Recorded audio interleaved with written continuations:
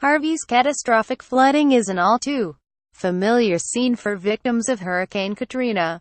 Many who were flooded out 12 years ago have been forced to evacuate again.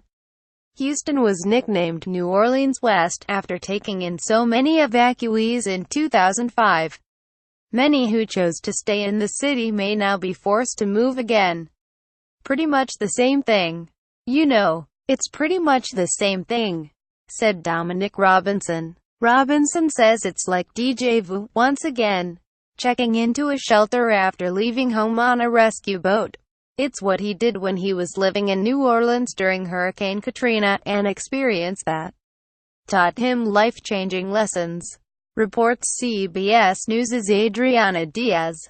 Survival and just staying patient and just waiting and just kind of ride it out.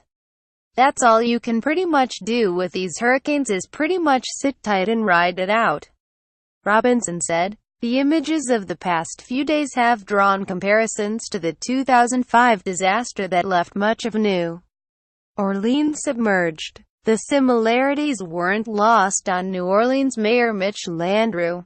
As the anniversary of Katrina hovers above us, I think all of us remember all too well where we were at that time, and all of those images are frighteningly familiar to all of us, Landrieu said in a press conference. 75 photos. Catastrophic flooding in Texas from Harvey 12 years ago. More than 1 million people abandoned their homes. Many boarded buses to Houston and took shelter in the Astrodome. Houston reportedly welcomed as many as 250,000 evacuees, and the city estimates 40,000 never moved back. How much more uneasy can you feel right now in the city of New Orleans other than saying, "There, but for the grace of God go I," in Houston? Landrieu remarked. You only think, "Oh, something like that will only happen once," said Rachel Allen. For her, it's happening again. Allen lost her house in New Orleans to Katrina. "My family, we pretty much made Houston home," Allen said. She's riding out the storm with her husband and 1-year-old son.